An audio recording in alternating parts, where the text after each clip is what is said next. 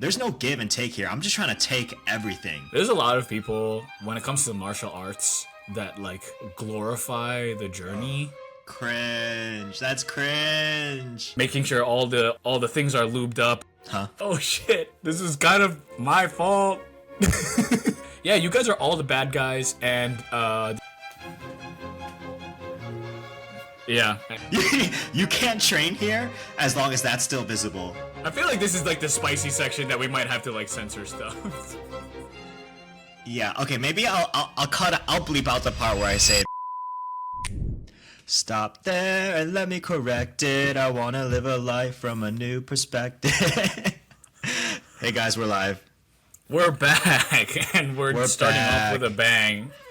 Yeah, Panic at the Disco. I saw a TikTok that like really got me back in the whole millennial 2010s era.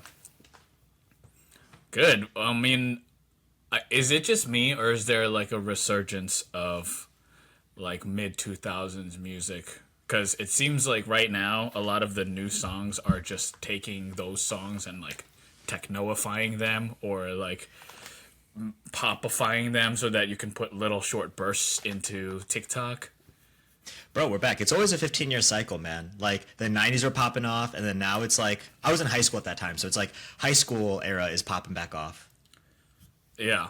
Well, and I think that's why huge festivals like the Lovers and Friends Fest with Usher. What? And I haven't even heard of this. Maybe it's just my circles. Maybe it's me and the olds. It's me and the olds. Anyway, it's been over a month since our last podcast, and we're finally back. Yeah, so... we've been slacking. No, we haven't been slacking. We've got a lot to catch up on. Nate's been out of town, so we'll talk about where you've been. And I've had some updates. And full disclosure for the listeners, we actually recorded with a guest, and we're going to have to redo it because yours truly, this is Miguel speaking, my whole recording went MIA, is gone. So... it happens, and Nate and I are gonna build off of that. But just for those of you that are listening, we've got a lot to catch up on. So, Word. Yeah, I mean that's like what happens when you try to use fancy recording software instead of just recording like a screen capture or something. But it's okay. I mean, some of the stuff we're gonna be rehashing. But yeah, I just came from Berlin, and I was helping some friends compete or train for a big world qualifier for those of you who do jiu-jitsu, ADCC, and actually the group I was training with, a bunch of them actually qualified. 4/5 athletes qualified, which is really cool. And then what else? Wait, did you go there to compete yourself, or it was just no? So what was the route of bringing you to Berlin? Why did you go to Berlin? So we really haven't done this for a month because we passed Lunar New Year, and I was going to do that in Amsterdam with my family, but that coincided with like this world qualifier, and the qualifier is like for European countries. So like you have to have a European visa, so I didn't qualify, but I went to go help some friends who were doing a camp in Berlin, and let me think. One of them qualified for, actually she's Hong Konger, but she had a second visa from England, so that's why she was able to qualify at Europe. Wait. That's what you call a Hong Kong native? Is a Hong Konger? Yeah, Hong Konger. When I first heard it, I thought it was weird. Yeah, that sounds made up. Yeah, it's like America. I mean, isn't that how the Australians say it? Australia. No. I mean, like, I'm going to America. Oh, that's you mean nar. Okay, so you went for Lunar New Year, but while you were there, you helped people that were competing because you couldn't compete, including a Hong Konger. Yeah. So, not much. I mean, I actually wasn't there as long as I initially wanted to be. I was thinking about maybe doing 3 weeks, but that was just like way too much. So I was there for like, in total in Europe for like 2 weeks. It was a really fun trip. I'd never been to Europe before, and like, I live in Asia now, and you've never been to Europe before? No, never. This is my first. Dude, you've traveled so much. Nah, not really. Only since I've known you. But like when I was a kid, we were too po, so I never traveled when I was a kid. For those of you that don't speak whatever that was, po is poor. So it was too My po. family used to joke we can't afford the O and the R in poor. Okay, fair enough. Yeah, so anyways, there's such a stark contrast between European cities, like the planning and the architecture, and Asian cities. Like Asia is hyper industrial, like fucking concrete building next to concrete building, and they're just crammed next to each other. But for anyone who's been to Amsterdam, dude, Amsterdam's fucking beautiful. Like there's so many little canals between streets, and there's colors in the building, and it's just like there's so much culture just like on the street. Food is shit. Food is shit. Well, if you think about it, those European cities, and it's interesting hearing this from you because you haven't been to Europe, so it like makes a lot of sense to me. But those European cities have been around for centuries, and it was well before cars and well before the Industrial Revolution, and so those cities are like very, very walkable. That's what I love about Europe is like anywhere you go, you can pretty much like walk anywhere, whether it's Amsterdam or whether it's somewhere in Portugal or somewhere in like Spain or France. Also, wait, Portugal is in Europe, right? Okay, whoop, brain fart. But I think those Asian countries, those Asian cities, their growth might have kind of like skyrocketed more recently, and so that's why you see like a lot more high rises and density. Meanwhile, centuries ago they were probably more like spread out villages. And then in America, For sure. when we were growing, it was like cars, and part of it is also like segregation, so that people wanted to like live separately and have these like subdivisions separate from inner cities. So that's why America is like not walk friendly at all. I mean, Yeah, I think also like the rail system, like the intercontinental rail system, is a big part of. Not to get too history-y, but you know, like that's a big part of the American like development, and so like that created like that whole urban sprawl, and you know, I would say New York is the only city really that has like a great subway system. Chicago's is decent, you know, but yeah, it's all about suburbs, highways, and cars. I agree. Yeah, I mean, dude, when I have for those of you that don't know either of us, this is Miguel speaking, and I have a few clients that are not based in New York City, and I find that it's really hard for them to average 8,000 or 10,000 steps daily when you aren't in like a walking friendly city, unless you go out of your way to deliberately go on like a 40-minute walk for your dog, like walking your dog around the block over and over again. Like if you live in a suburb like my mother does, if you take a break to go for a walk, like you gotta go. It's not aesthetically pleasing. It's just house after house after house. You like to do an extra circle around the cul-de-sac, and you get home and you like maybe got 6K steps. Like it's just really, really challenging because every other situation, if you leave the house, it's like, all right, here's 15 steps to the car, drive to Costco, here's 30 steps in the front door of Costco, up and down the aisles. Like that's all you're getting, and that's like just it doesn't add up. So it's an interesting thing that I've kind of picked up from different clients. Meanwhile, I'm over here like I got a walking treadmill at my desk and try to stay You and your wife are outliers even for New Yorkers. Like the fact that you guys have like you guys both work from home, but then you decide to get the walking treadmill set up. That's like the grind never stops, hustle, like optimize everything. Like you guys are, work hard, play hard, work out hard. Yeah, I'm over here like, well, as you can see here, during this 30-minute call with you today, I'm on the treadmill, and even in that short time, I put down 5K steps, burning fat as I go. And it's like, I kind of sound like the douche that I always kind of shit on, and yet here I am. You know what's so funny? Is like we love shitting on that guy, but both you and me are we're like, that guy. We kind of are that guy, so maybe it's like some internalized hatred or internalize. I don't know what the correct word is, but it's like we're like making fun of ourselves a little bit, you know, because we both work hard at our jobs. We both also work out, and we also try to like have our little side hustles. Yeah. Yeah. Speaking of side hustle, I'll give you some update of my past month, 2 months. So in our last podcast, I was telling you about this motion capture workshop that I took. And for those of you listening, if you don't follow me on Instagram and you're like, what do you mean motion capture workshop? If you've ever seen people like pretending to be monkeys for a movie or reenacting, or not reenacting, but acting out a character for a video game, they have all these little dots on like a black suit. And those dots allow computers and cameras to like register your body, and then you can apply those movements to a CGI character. So I had a lot of fun doing that, and during that workshop in January, I met a few people that are in the stunt industry, or are stunt actors or actors that move. And so from that, I actually signed up for some like theater combat and stage combat and combat for camera classes. So 3 times a week I've been practicing my roles, practicing getting punched in the face and selling it.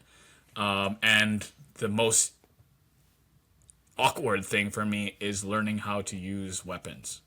You would think that I would feel pretty comfortable with like a sword, but that is not the case. After 10 years of like competitive Muay Thai, where I'm like, yeah, I know how to fight. The second you put a sword in my hand, I look so awkward. I'm like a baby giraffe that doesn't know how to use his Might as well legs. be a dick, huh? I'm already a dick. So No, I said no. I meant like the sword might as well be a dick because you're so uncomfortable with it in your hands. who says I'm uncomfortable with a dick in my hands? Oh, my bad. Sorry. Yeah, But so that's been a I lot always of knew fun. you were gonna be. I always knew you were like a theater kid at heart.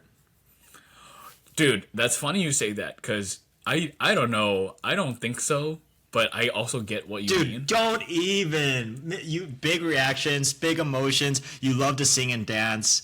You're a theater kid. Don't even with that. I'm a theater kid that's discovering this at 33 years old. I think the interesting thing is like both in the motion capture workshop and in these combat classes, these combat for camera classes, I'm realizing like I'm getting a lot more comfortable. So usually these classes or these workshops have a session or they end with us performing something that's being recorded and everybody watching.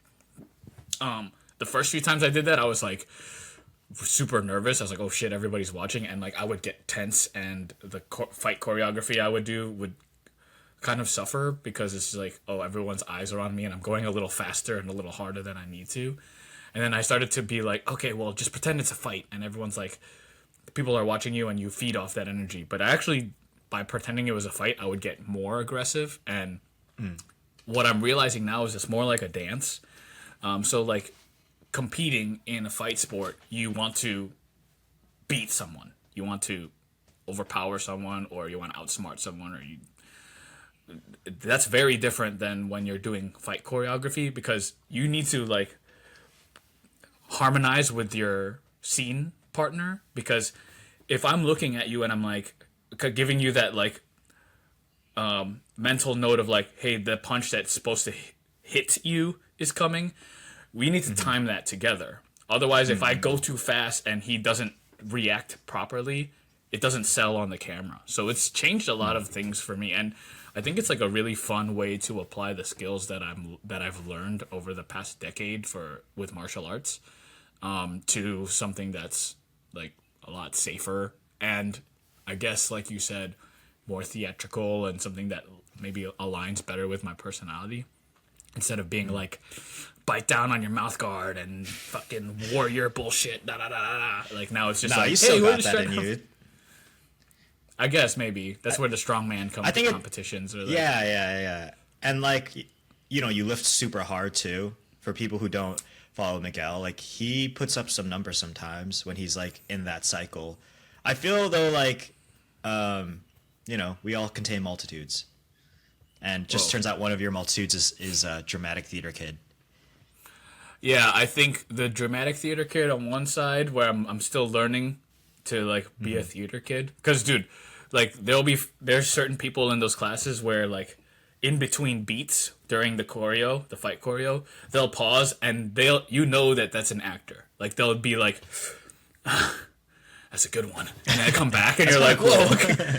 Right, like, and you don't realize that like you would never do that in a jiu-jitsu tournament. Like you would never like react outwardly as if like for sure. But if you watch like Captain America Civil War, or if you watch like John Wick, there's a lot of these like pauses where the lead shows you what they're thinking, and like in reality it doesn't make sense, but on camera you're like, yeah, obviously that's gonna happen. So that's something that I've been like working on. I overdid it a couple times where I was like, ugh, my nose is bleeding, and they're like, Miguel, we got it. Like, you didn't have to say it.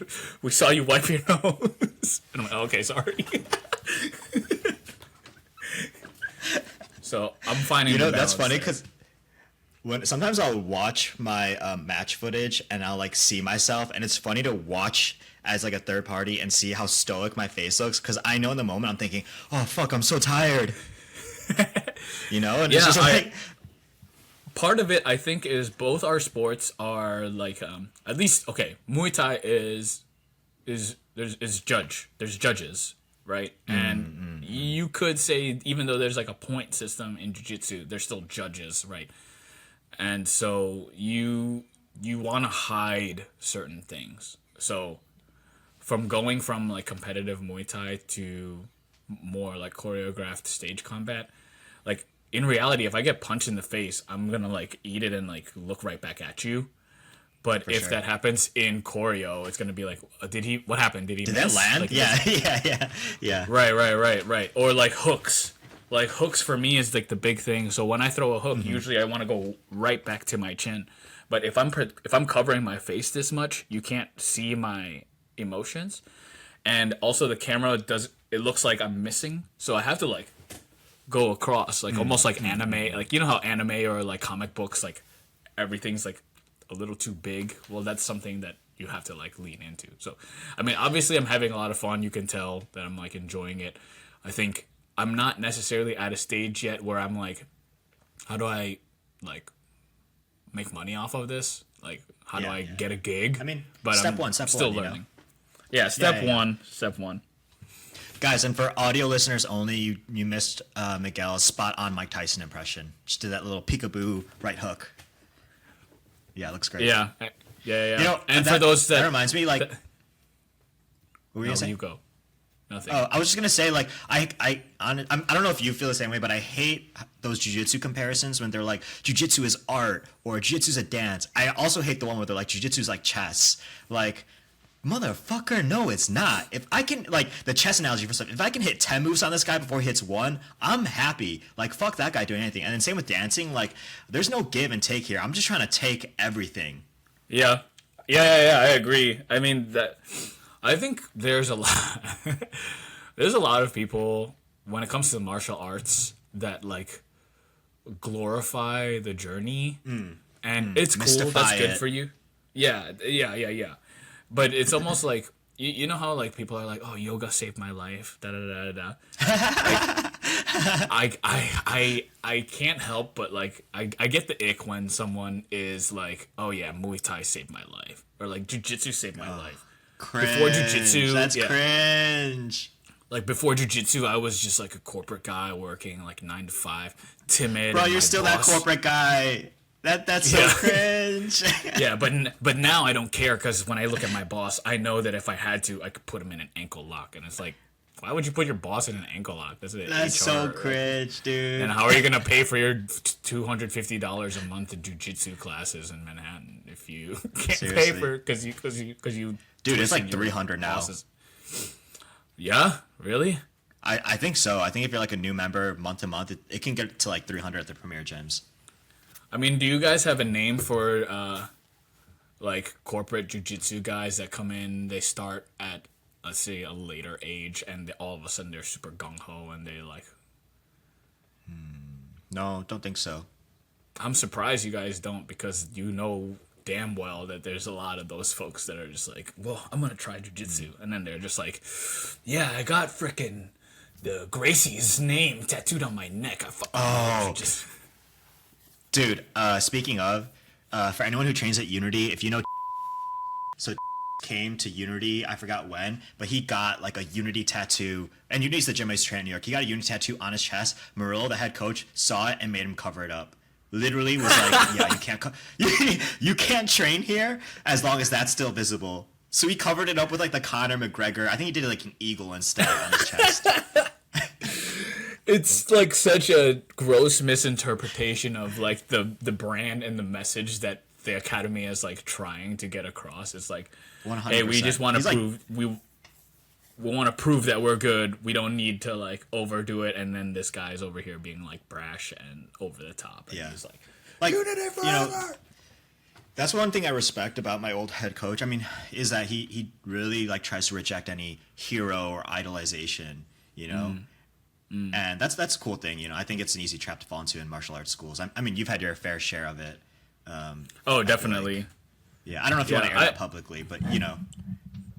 No, it happens. I mean, Maria has. We were talking about something else, and Maria was like, "You have bad luck in choosing like your father figures, like people that you like look up to." That kind of cuts deep, bro. God damn. And I was like, "Oh, that is brutal." And I was like, "Yeah, it's called trauma, and I'm trying to figure it out, right?" I'm trying to. Dude. I'm like, so. I didn't take it in a bad way. I thought it was funny. That's our relationship. And I was like, good. You called me out for it. So you take bits and pieces from certain people, you know. Mm-hmm.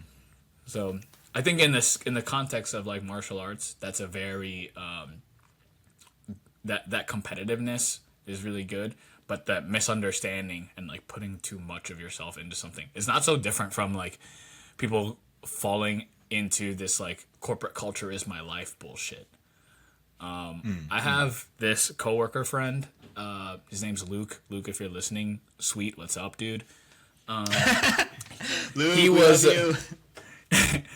dude's like 6'8", and so damn. It's kind of like a Timon and Pumbaa, except he's not chubby. He's just like a big guy, and I'm fucking Timon, like the little meerkat. Anyway, Luke was telling me that like his wife right now is having, and I feel like you might have had this stage in your corporate life, but his wife is kind of experiencing one of those situations where she's got like a good work-life balance. She's got shit on the side. I think she's like a certified personal trainer, and then her new boss, is all gung-ho of like, you need to get more involved in the company. You should network with this guy. You should network with that guy. I've got this leadership program for you. You should get involved here so that you get your name out there.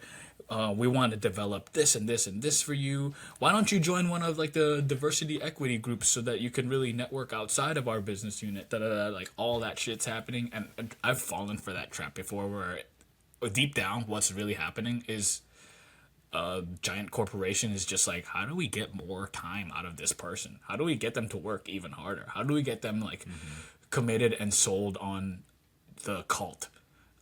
I say cult, and to some people they'll be like, all right, Miguel, relax. Like, corporate culture is not a cult, but there's definitely people out there that are like, would get their company tattooed on their chest and being like, yeah, I've been with this company for fucking 15, 20 years. My daughter works here. And then in the fucking blink of an eye, the company will be like, we're doing layoffs, and we appreciate you being with the company for 15 years, but we're doing layoffs. Sorry, bye. And you're like, well, just was it requited? Is that the right word? Unrequited. Unrequited. Yeah. Loyalty. Is that right? Oh, okay. Unrequited. Yeah, like unrequited love. Yes. Okay, yeah. Look at us, dude. Using fucking big words over here. Yeah, we read. Yeah, I'm seeing a lot of that now, actually, and the opposite too. A lot of like my work friends, like work buddies. A lot of my work buddies, aside from like Nikesh, A lot. Well, even Nick will kind of talk, and we'll just be like, well, I'm kind of like phoning it in right now. Like I've seen behind the curtain, and I realize like I don't need to like kill myself on this job. Let's just use it to like pay the bills, and I'll find my creativity and my entertainment somewhere else. I don't need to like spill even more of my time into work just because someone's telling me like stay here, like network here, make your friends here, make everything about your company. I agree. I think also that's like one thing you and me got along really well with is like we never kind of like fell into that. I feel like we're pretty anti-establishment. Like you and me never really fell into the cult of, you know, work, or even like with the whole jiu-jitsu and Muay Thai thing. Like I definitely think you and me both, when it comes to our hobbies, we dive in deep and we like chase excellence in ourselves. But we definitely, at least I'm speaking for myself, and I mean you can attest to it, but like I definitely am not like, oh, Murillo, bro, you're my guy, and like, you know, worshiping him. If anything, people at the gym you always tell me like, dude, you're too casual with him. I'm like, what are you talking about? He's just a dude. You know? These are just dudes, man. Yeah, these are just dudes. Yeah, they're just dudes. Yeah, and I mean, yeah, I like that. There are dudes that are good at stuff, but you learn from those things, and you don't necessarily take everything else. Like I don't want to be any other person. I don't want to be that person because I don't want to. And like, I used to work at JP Morgan, and I remember during my orientation, the HR lady was like, everyone here needs to read Jamie Dimon. Jamie Dimon's the CEO of JP Morgan. Everyone here needs to read the memoir of Jamie Dimon, the best CEO the world has ever seen in 100 years. I'm just like, lady, bruh, like, yo, you have a husband. Stop sucking this dude's dick. Second coming of Christ, right? Seriously, yeah. Yeah. Like, I mean, it's not that serious.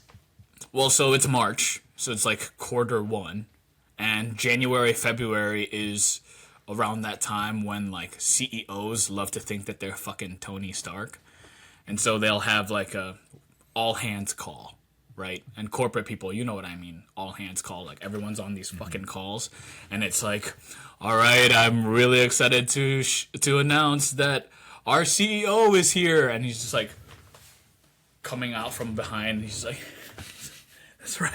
That's right, yeah, it's me, I'm here. And you know what we're gonna do this year? This year, we're gonna grow. And it's just like, oh, grow, let's fucking go, dude. Like, you're not saying anything. There's nothing of substance being said. Like, we're just all a bunch of fucking ants in an ant colony that want to make the trend go up. And, like, now that I'm so jaded about it, and part of the reason I'm jaded is because I've tried those approaches of, like, I'm going to be a leader in this extracurricular and people are going to recognize me. I'm going to do this like leadership training bullshit. I've like tried all those things, and at the end of the day, the beginning of this year, I was like, hey, so I took this job a few years ago because I was like really excited about international travel. It started off well, and then COVID hit. I would really like to get that back and start to like work in person with my teams globally. And like within like half a second, my boss was like, oh yeah, we're on a travel freeze. And I was like, we've been on a travel freeze for 4 fucking years. Like, it's super hard for me to be enthusiastic about my corporate job when it's like, oh, well, actually just stay behind a desk in your little fucking office in New York and watch the people around you get more credit for shit that you're doing, and because they know how to kiss ass better. Like, honestly, it's March, and it's right around that time where it's like, hey, we're spending more time presenting our results than actually getting results, and it's I can't help but like roll my eyes back here where someone's like, how do we make this chart look good? Or like, hey Miguel, how do I make this like font bigger? And I'm like, are you fucking kidding me? Is this high school?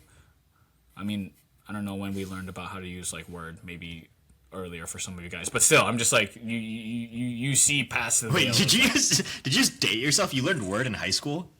I learned it in like remember. 4th grade. Yeah, me too. Did you just plead the fifth? What the fuck? Anyway, yeah, I didn't mean to. I'm going down the rabbit hole, and I'm staying here. Okay, so back on the corporate. No. But like, you know, we're kind of talking shit about our the corporate world. I kind of wanted to bring this up. I wrote a little note in our iCloud or whatever, but like, I kind of got caught for talking shit on my stream. And like, I've talked shit about my friends on this podcast, and maybe it was the last episode actually, or an episode before. But like, so the other day, so I'm helping out an athlete here in Taiwan, and and she's going to this like tournament in Singapore, and I basically told her, okay, for the week, I don't want you to drill. I don't want you to train too much. If you're gonna train, I want it to be high intensity, and I want it to be really short. I only want your body to be primed for high output, and I want to make sure your body feels rested. Don't do any like low intensity cardio, which would be like drilling. Don't watch any film. Keep your mind calm. The goal is to rest, right? On Sunday, I see her drilling. Monday, we do a quick workout, and afterwards she's drilling wrestling. On Tuesday, we're working out, and she's exhausted, like literally sagging. And she competes on Friday, and I'm like, what the fuck is going on? I'm like, you're overtrained, aren't you? She's like, yeah, my back hurts. I think I wrestled too much the other day. I was like, oh my God, bro. So then after, I didn't want to tell her what's what. Like, I've only been helping her out for like half a year. I'm not like her longtime coach. So I just kind of left it. But afterwards, I vented on stream saying like how I was so upset. She's so stubborn. And she texted me that night saying like, I watched your stream and blah, blah, blah. And I was like, oh, fuck. Like, damn, I didn't think she would actually watch it. And I felt really bad because I kind of went in on her. And my wife, I brought this up to my wife, and she was like, yo, like, if you're going to, put your opinions out publicly, like on podcasts or streaming, like, you got to be careful about what you say. Well, and you have to be prepared. Yeah, I guess you have to be prepared. I mean, that's why I try not to drop too specific things. I mean, I'm being super hypocritical because I was like, Luke, what's up? What's up, Luke? But I think I'm sure that I'm going to have that experience too, and I'm probably going to ask you, like, hey, how did you end up handling that situation? Because so-and-so actually listened, and I was like, yeah, dude, like, I fucking hate this guy, but I let him stick around, da-da-da. How did it sounds like you aren't happy with how you handled it, or you could have handled it better afterwards. Like, how did you address it afterwards? No, actually, we're actually pretty good. We resolved pretty well. She said it was like a long text she sent me. Basically, I said, sorry, I don't really think when I'm streaming. I'm just kind of. Oh, shout out to twitch.tv/anchovies guys. Catch me stream. I stream every day. Anyways, every day. Every day. And I said, yeah, mostly I was frustrated because I see the mistakes I used to make and like the bad instruction I was given, and it hurts me to see you make those same mistakes, and I want you to just like rest your body. And then I ended it by saying like, your mind is going to play tricks on you and tell you you're not ready, but you need to know that you are ready and you've already put in the work, and let your body heal. And then she replied and said like, no, I want you to know I actually really trust you, and I appreciate like all the help you've been giving me. I think I just misunderstood your first, like what you first initially told me. I will try to rest up. And yeah, that was basically how it resolved. So I think it resolved pretty well. That's good. I guess I actually have had like a similar interaction with a client of mine. So in case you guys didn't watch the first episode of our podcast or don't know who we are, I am a personal trainer, online coach on the side. And when I say on the side, I mean I'd rather do that than my corporate job. But I've also had clients that are very similar to that situation, Nate, where basically it's good that they're gung-ho. It's good that they have like that drive for intensity. But I've had clients where I'm like, all right, this is a deload week. And they're like, what do you mean deload week? Why am I even going? And I'm like, no, because you need to let your bones, your muscles, your nervous system all bounce back. You can't just keep doing this, because ultimately what you're doing is you're like tearing your body apart. And if you don't deload, and this is something I wish I knew when I was competing, like if you don't deload and eat up, you're not feeding those gains. I think when I was training Muay Thai, I didn't ever have that like nutrition guidance or the recovery guidance. It was always just like, bite down on your fucking mouth guard, iron sharpens iron, like you gotta rough it, and if you can't fucking handle it, then you shouldn't be a fighter. Like, that was kind of the energy, when in reality, like, you need a rest. And the only time I really saw that was like, oh, it's fight week? Okay, chill this week. It's like, whoa, chill this week? Really? Okay, that makes sense, but don't we want to be like as sharp as possible? And it's like, well, you're not gonna get any better in the next 4 days. And I think that's something that like resonates with people with that kind of like pedal to the metal mentality.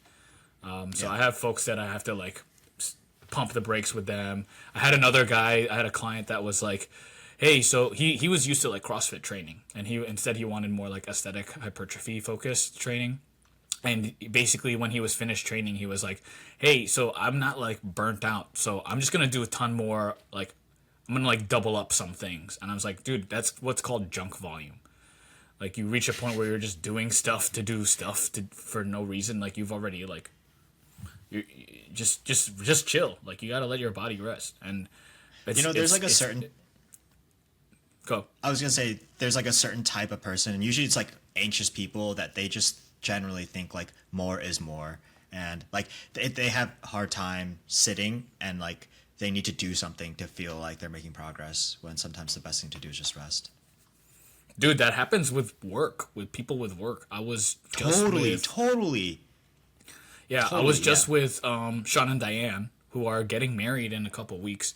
Also, by the way, Sean is one of your biggest fans. It's awesome. Oh, really? I love that, dude. Yeah, because so I went and got dinner with Sean, and I was telling him about how we recorded, and my recording was gone. And he was like, oh, but Nate's getting really good. He's really evolved in his like podcasting style ever since Not So Best Friends. And I was like, bro, you are a loyal fan.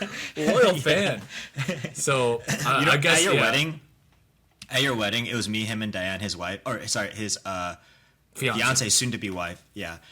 We were talking, and Sean was saying he watched all my episodes, and he talked to me about them, and I was like, dude, Sean's a homie. Yeah. But I brought them up because their wedding's coming up, and I was asking like, hey, are you stressed about the wedding? And they said it's not so much the wedding, it's just right now everything else that's happening, like work and shit.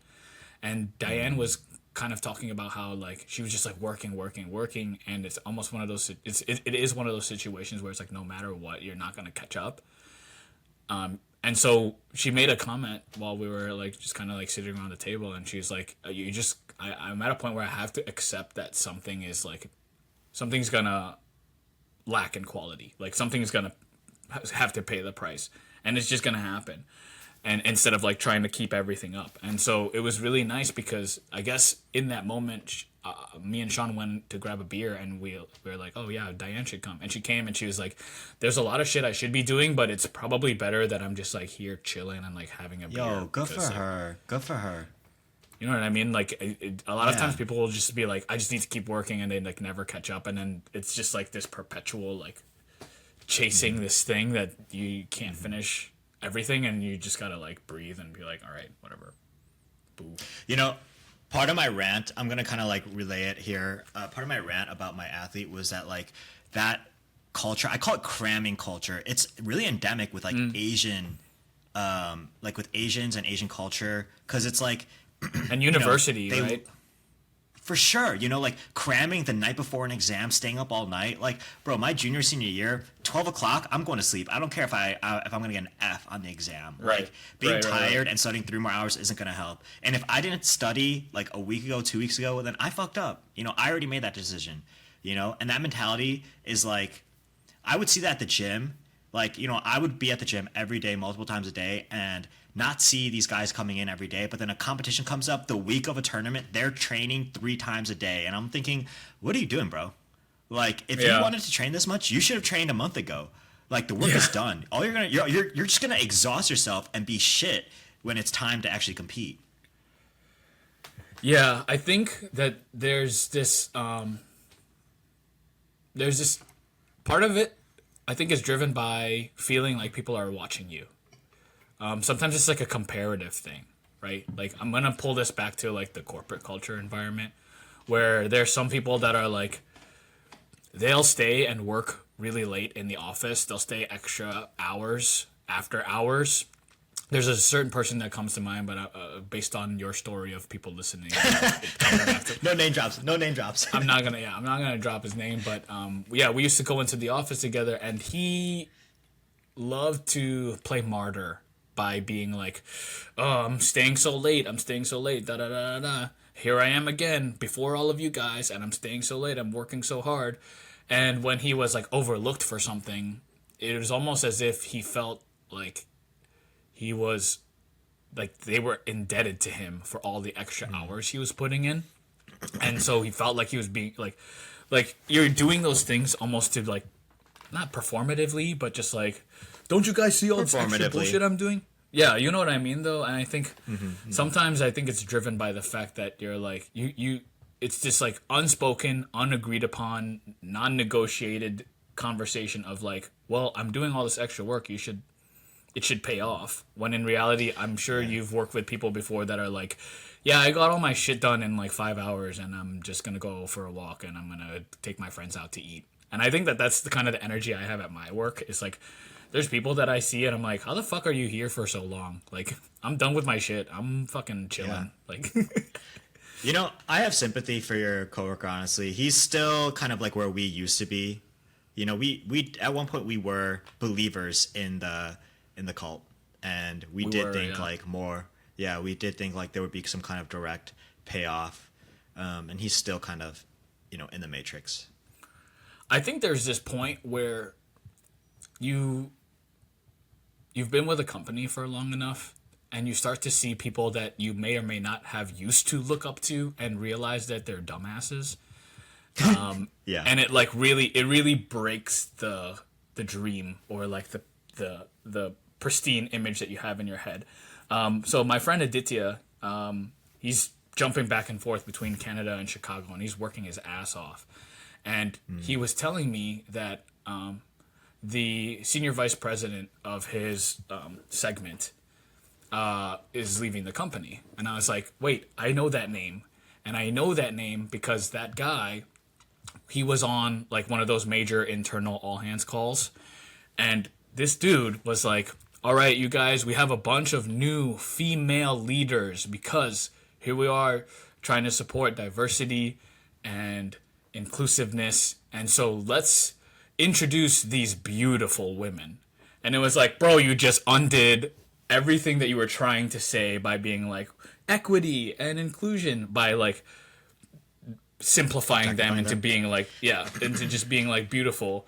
And she's just like, wow, like look at these, like they're very beautiful. And like people were kind of like, all right, I'm gonna just look the other way. And I guess that was not like a one-time thing, because now he's leaving on his own accord, but the timing was a little sus, and it's like, oh, okay. I wonder if it was if he's one of those like old school dudes that are just like, you know, call women broads and like expect them to get their coffee for them and shit. You know what I mean? Yeah, the Mad Men type shit. Yeah, I've never seen it, but I know that that's like basically that like old school corporate environment. But honestly, dude, I feel like lately I feel like a fucking, like all this talk about like the shit that's happening in like my corporate environment. I feel like a stormtrooper, like from Star Wars, like from Star Wars. Like yeah, I feel like a stormtrooper from Star Wars, where like basically I like went through the program, I learned all this stuff, and I'm like making sure that like our energy output on our ship is like high efficiency, and we're like making sure all the things are lubed up and everything's operating well. And then I find out that like someone up top decided to use the ray gun to like blow up a planet, and I'm just like, oh shit. I'm part of it. This is kind of my fault. At least you weren't the ray gun operator.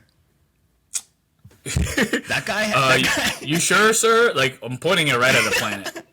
What do you mean on? What do you mean fire? That guy. You mean fire? Yeah.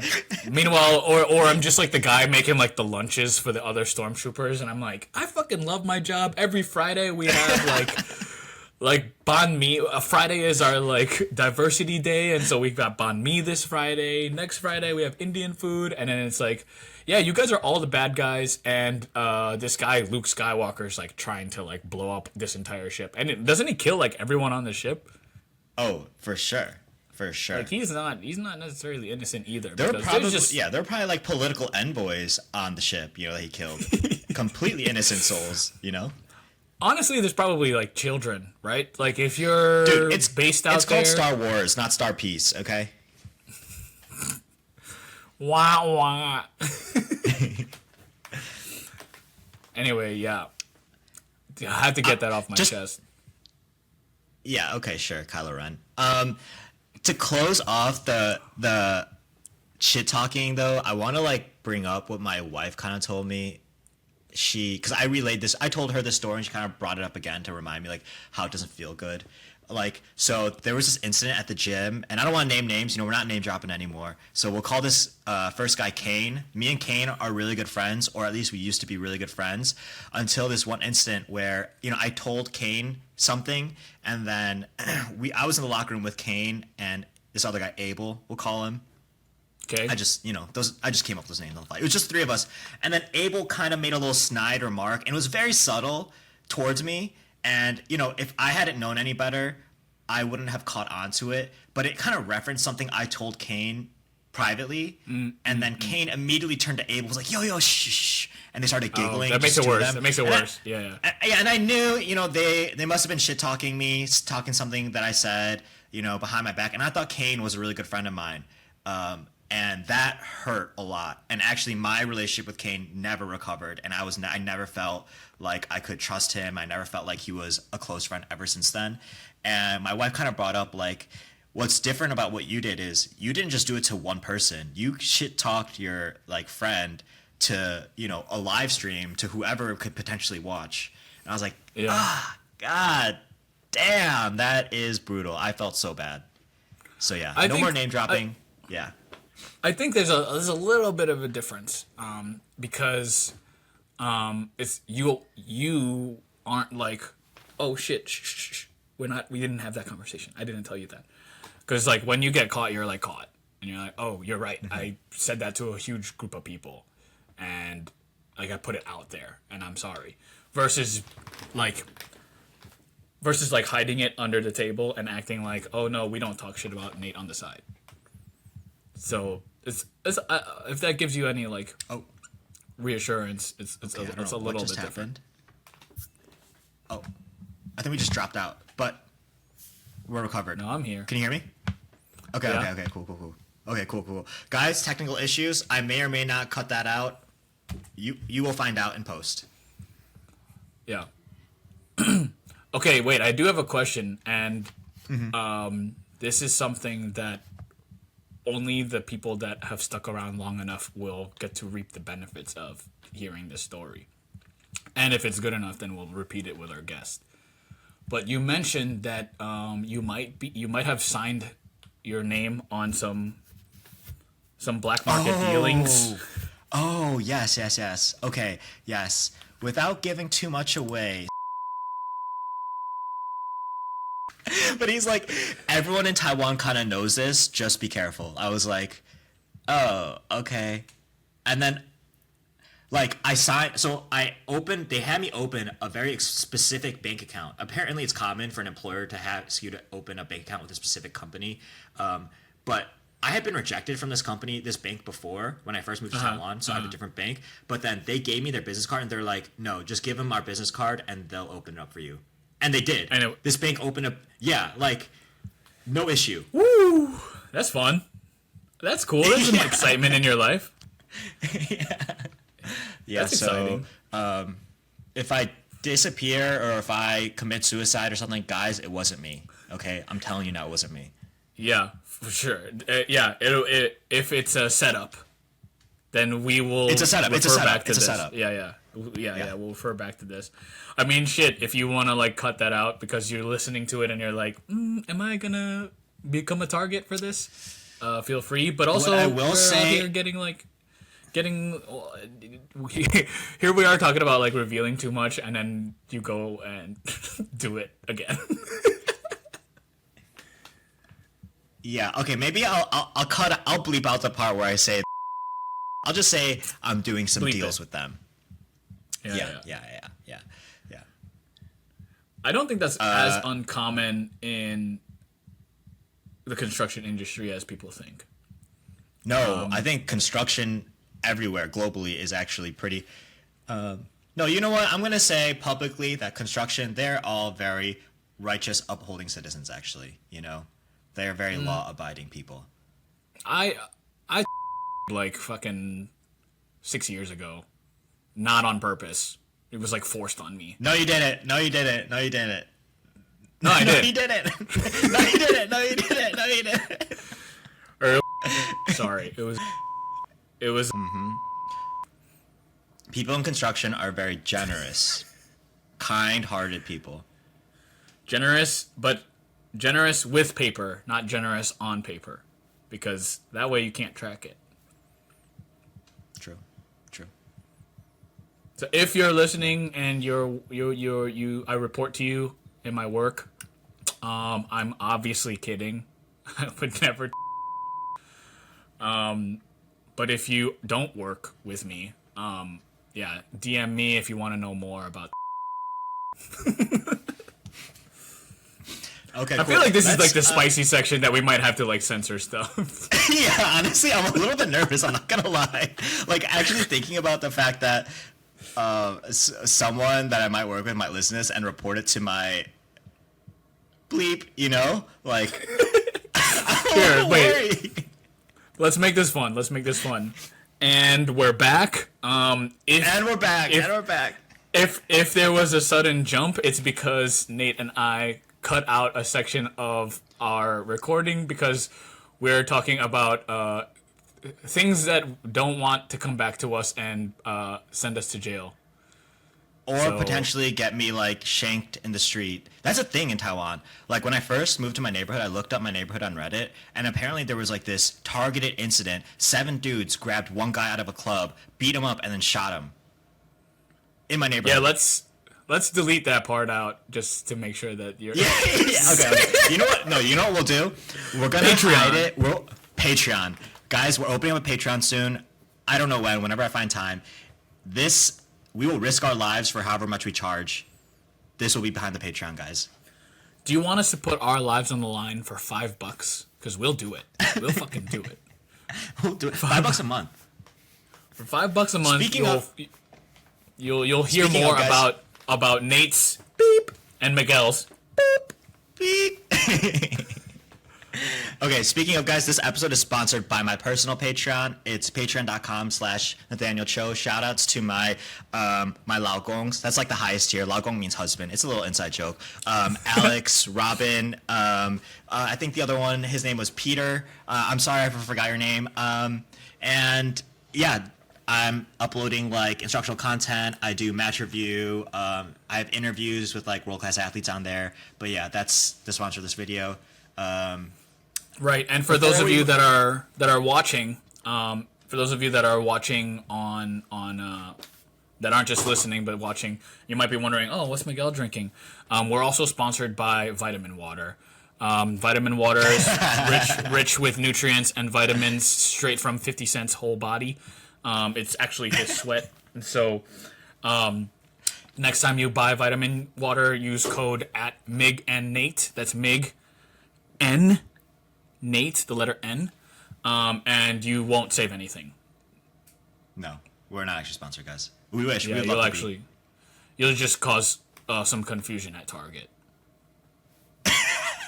Could you imagine going to Target and like, you're like, oh, can I use discount code Meg and Nate or discount code Joe Rogan Experience? Sir, please get the fuck out of our Target. All right. So to end this off, we were talking about walkable cities, and my experience walking in Berlin was that people love to power walk there, like to the point where I had to pull my wife aside because people were dozing through. So I'm gonna list a couple cities off, and I want you to say either yes, power walker, no, not a power walker, or never been. Okay. So we'll just go rapid fire. Wait. You mean never been to the city? Okay. Yeah, never been to the city. Or if you've never been to the city, you could just like throw out like I would guess, Okay, so we'll start with the easy one, New York. Power walker. For sure. Yeah. Chicago. They like to say power walker, but it's so sprawling, they're driving. Agreed. Okay, LA. Power Walker. Okay. I'm gonna say Power Walker because they're trying to get to their their waitressing job, and then power walking over to their audition. Honestly, agreed. Tokyo. Casual Walker. Casual Walker. I'm gonna say Casual Walker because like, you ever see Tokyo Drift, where the guy drifts through the intersection, and everyone's like, I wanna let you know that I'm in Tokyo. Okay, Lisbon. Casual Walker because it's like a historic place, high tourism, so everyone's like kind of chilling and looking. London. Power Walker from bar to bar, and then they don't walk at all. They're just crawling on the fucking ground, vomiting. Yo, Korea's the same. Okay. Really? They drink that hard in Korea? In Korea, because it's so safe, it's really common, and the subway closes at like 12 or 11, 12, 1? Something like that. People sleep on the streets. Yikes. We should go to Korea. Like everywhere. Okay. It's really common. Okay. All right, last one, Amsterdam. Amsterdam, I'm gonna say casual because people are looking through those windows in the red light district. They're soaking it in. Okay, wait. Actually, that reminds me. I went to the Anne Frank house. So dumb, so pointless. Like, respect to the survivors of the Holocaust and to Jews, but like, bro, I don't need to go to some girl's house, or it's not even a house. What was it? It was like where her dad's office. No. Were people like crying in there? Nobody was crying. Also, every European guy wears the same fucking cologne, and it's so tiny, and I felt so fucking nauseous just like inhaling those fumes. You're talking about Anne Frank's house and fumes, and I think that's okay. I don't know if that's the most respectful thing. No, we're ending it there. Okay, Miguel, where can our listeners find you? Find me on you can find me on LinkedIn. You can find me on Venmo, and you can find me on PayPal. You can find me on LinkedIn, Venmo, and PayPal. And if you need my phone number, message me on LinkedIn. I always respond on LinkedIn. How about you, Nate? I think my LinkedIn has like 9,300 messages. Okay, you can find me Anchovies on Instagram, Nathaniel-Cho on Venmo. Haha, not really. And Nathaniel Cho on Patreon. Who's Nathaniel Cho on YouTube? Because who the fuck am I? And Twitch. Yeah. Oh, Twitch. Anchovies on Twitch. I stream every day, guys. Sometimes twice a day. Yeah, and for those of you that are like, what's next for you guys? Who are you going to have on? We have lined up a really good guest speaker. We know it's good because we already did it, and then we're going to have to redo it. But our good friend Jeremy is going to tell us all about how he went from a corporate job in New York to running his own properties and managing a couple Airbnbs and long-term rentals. So it's going to be a lot of fun. And hopefully we won't have to clip any of it out because Nate and I don't get too loosey-goosey talking about the crimes we're doing. All right, thanks for listening, guys. Catch you later. Ciao. Bye.